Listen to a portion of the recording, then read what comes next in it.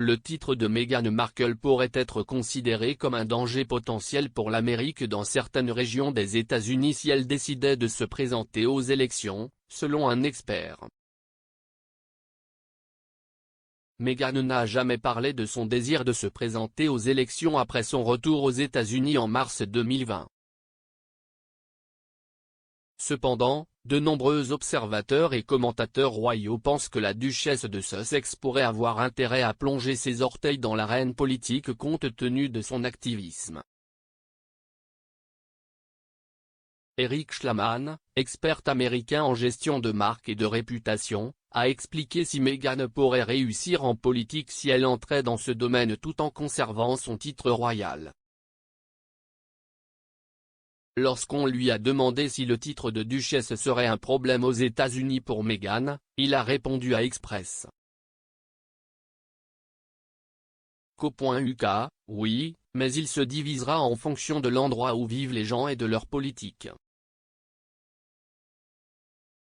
Pour ceux de droite, ils vont considérer cela comme mauvais pour l'Amérique et un danger potentiel pour l'Amérique. Pour ceux de gauche et la foule réveillée, elle représente l'espoir et le titre royal n'a pas d'importance. Ce qui compte, si est où elle se tient et qu'elle puisse apporter des caméras à ses problèmes. Point de même, M. Schlaman pense que Meghan pourrait réussir en tant que politicienne selon qu'elle décide ou non de se présenter.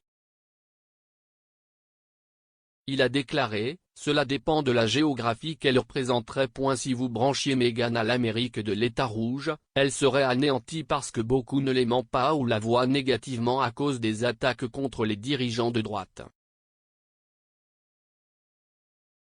Mais si vous placez Meghan dans des parties de la Californie, par exemple, qui sont libérales, qui ont des électeurs plus jeunes, elle pourrait monter en flèche.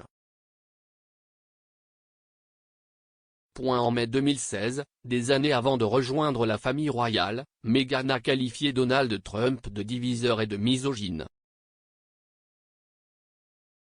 On a demandé à l'actrice de Suits de l'époque sur The Nightly Show avec Larry Wilmore comment elle pensait que l'élan entourant Trump, alors candidat à la présidentielle républicaine, pouvait être arrêté. Elle a déclaré, oui, bien sûr, Trump divise. Pensez uniquement aux électrices. Je pense que c'était en 2012, le Parti républicain a perdu le vote des femmes de 12 points. Si est un nombre énorme et avec aussi misogyne que Trump et si bruyant à ce sujet, si est une énorme partie de celui-ci. Vous ne votez pas seulement pour une femme si est Hillary parce que si est une femme, mais certainement parce que Trump a rendu facile de voir que vous ne voulez pas vraiment ce genre de monde qu'il peint. Meghan est restée politiquement neutre en tant que membre senior de la famille royale, entre mai 2018 et mars 2020.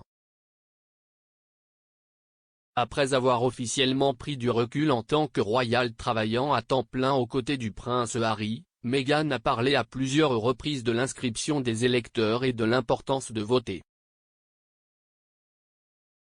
En septembre 2020, quelques semaines seulement avant l'élection présidentielle américaine qui a finalement vu Joe Biden devenir le nouveau chef des États, le duc et la duchesse ont appelé les Américains à user de leur droit de vote dans une vidéo pour Times. Harry a exhorté les électeurs américains à rejeter les discours de haine, la désinformation et la négativité en ligne tandis que Meghan a qualifié le prochain vote d'élection la plus importante de notre vie. Le couple n'a soutenu aucun candidat dans son message, mais la vidéo a tout de même été interprétée par certains, dont le membre du Congrès républicain Jason Smith, comme une ingérence dans le processus démocratique américain. Plus récemment, Meghan et Harry, qui se sont rendus à New York pour défendre l'équité des vaccins lors de Global Citizen Live, ont publiquement montré avoir noué des liens avec des personnalités clés du Parti démocrate, dont le maire Bill de Blasio et la gouverneure Kathy Hochul. Harry s'était auparavant rapproché de Barack et Michelle Obama et du Dr Jill Biden et de l'actuel président américain grâce à ses jeux Invictus. En octobre, la duchesse a fait campagne en faveur du congé parental payé aux États-Unis. Le mois dernier, elle a soutenu la campagne des congés payés pour tous en écrivant une lettre adressée au chef de la majorité au Sénat américain, Chuck Schumer, et à la présidente de la Chambre, Nancy Pelosi. La lettre ouverte profondément personnelle, dans laquelle Meghan a parlé des difficultés de sa famille lorsqu'elle était enfant, présentait un en-tête indiquant le bureau du duc et de la duchesse de Sussex et a été signée par le royal comme Meghan, la duchesse de Sussex. Il est également apparu que Meghan avait appelé à froid les sénateurs américains dans le but de les convaincre de soutenir les dispositions relatives aux congés familiaux payés dans la législation Build Back Better de M. Biden. Meghan s'est défendue des accusations d'implication politique lors du sommet du New York Times Dealbook. Elle a déclaré « Je ne vois pas cela comme un problème politique, franchement. Écoutez, il existe certainement un précédent au sein de la famille de mon mari et de la famille royale de ne pas s'impliquer dans la politique, mais les congés payés, de mon point de vue, sont un problème humanitaire. »